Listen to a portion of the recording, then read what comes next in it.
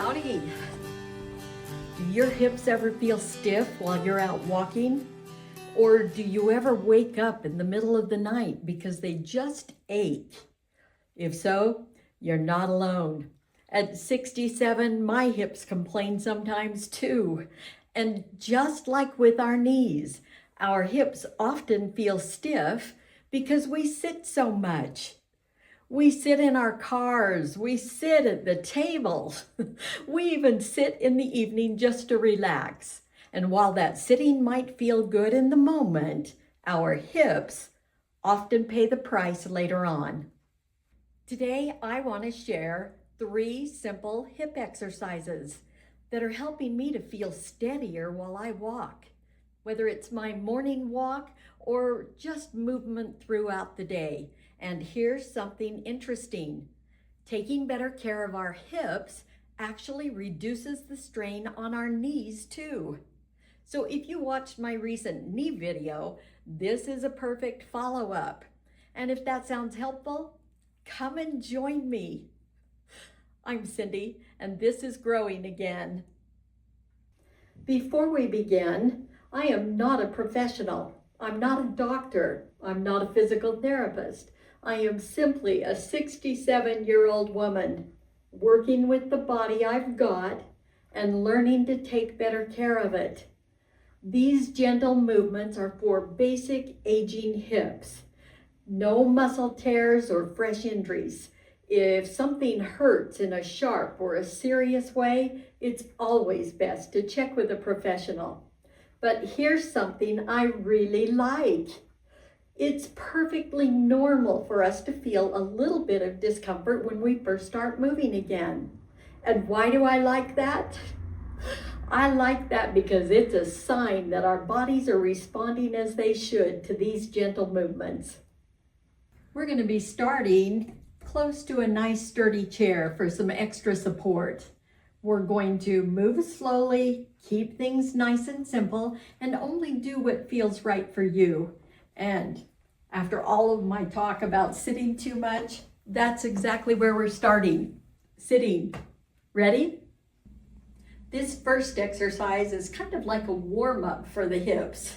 Sit up nice and tall in your chair, and if you've got short little legs like me, you'll probably have to scoot to the edge of your chair.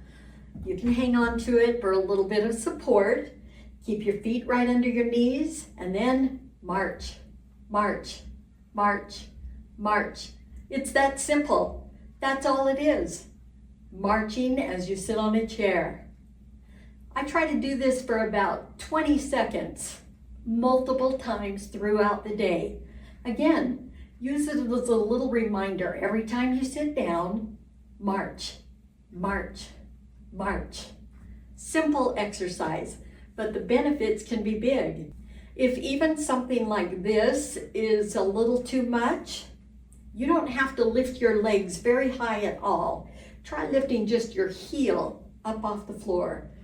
Your heel up and put it right back down. Heel up, alternating your feet. That's a really good place to start. And gradually, over time, you can increase that and begin to lift your knees. And then again, over time, you can lift a little higher. Something else you can do to increase the heart rate is add your arms to it. It's amazing how much your heart rate can be boosted by simply adding arms. So march, march, march, march, march. If you do this for 20 seconds, it will increase your heart rate. And another thing that you can do to amp it up a little bit is, standing behind your chair, using your chair for some support, you can do this same exercise standing. March, march. And again, your movements don't have to be big. Keep them where you need them so that you can feel it working where it's supposed to be working. This is a great exercise for our hips. Our hips do a lot of work for us, and they appreciate it when we work them so that they can get stronger. Over time, you can actually lift your knees higher. In the beginning, That's not important. Start slow, but stay consistent. Our hips often get stiff simply because we sit so much, just like with the knees. But this simple marching movement wakes up the hips without putting any added pressure on them. Are you sitting? Try these with me. They're simple. Just march. You don't need to lift the leg high, just a few inches.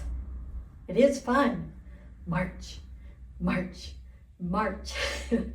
Especially if the grandkids are around.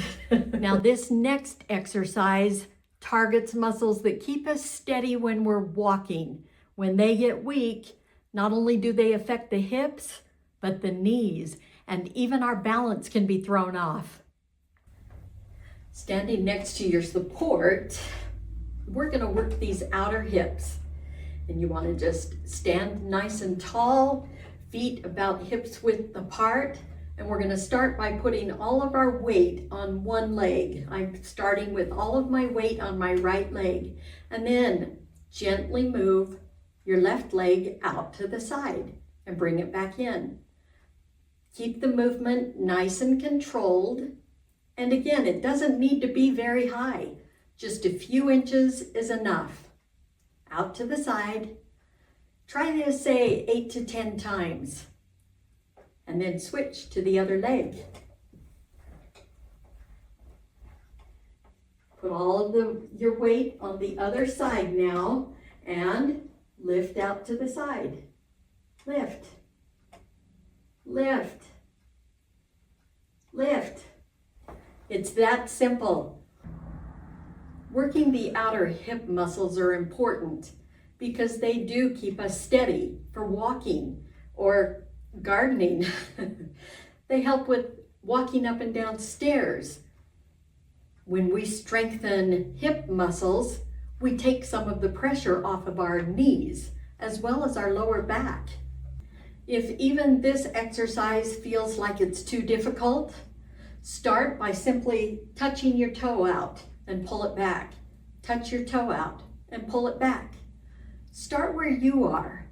Pay attention to your body. Do what you can.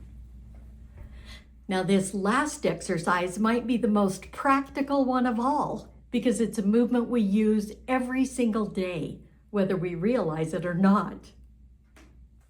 For this last exercise, we're back on our chair. Sit up nice and tall, scoot up to the edge if you need to. With your feet about hip width apart, you want your knees to be right over your feet. You don't want your feet clear out in front. Keep them right back here, right under your knees. And then lean forward with your chest and stand up. Then slowly sit back down. That's the challenge.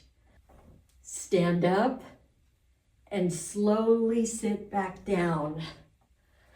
There's a lot of modifications for this exercise too. If you need to use your hands, use your hands. If you've got armrests or something on your chair, use those armrests. And stand and slowly sit back down. If it doesn't feel like it's enough of a challenge for you, then don't use your arms at all. Cross them over your chest and stand and slowly sit back down. Stand. You can see I land with a thud sometimes. Stand and slowly sit back down. But it's perfectly okay to pause in between if you need to. Take your time and listen to your body. I try to do this about 10 times in a row, and then I'll do it throughout the day. Whenever I'm moving to a chair in the kitchen, I'm doing this exercise. You can see how practical this movement is. And when our hip muscles are weak, it makes those movements that much more difficult. This exercise is super important. We use it all the time. Every time we're getting out of a chair, when we get off of the toilet, when we get out of the car. And if we can keep doing this movement with control, with strength, it just seems to make life a little easier, doesn't it? And there is actually one other little exercise that I wanted to mention, a hip flexor stress.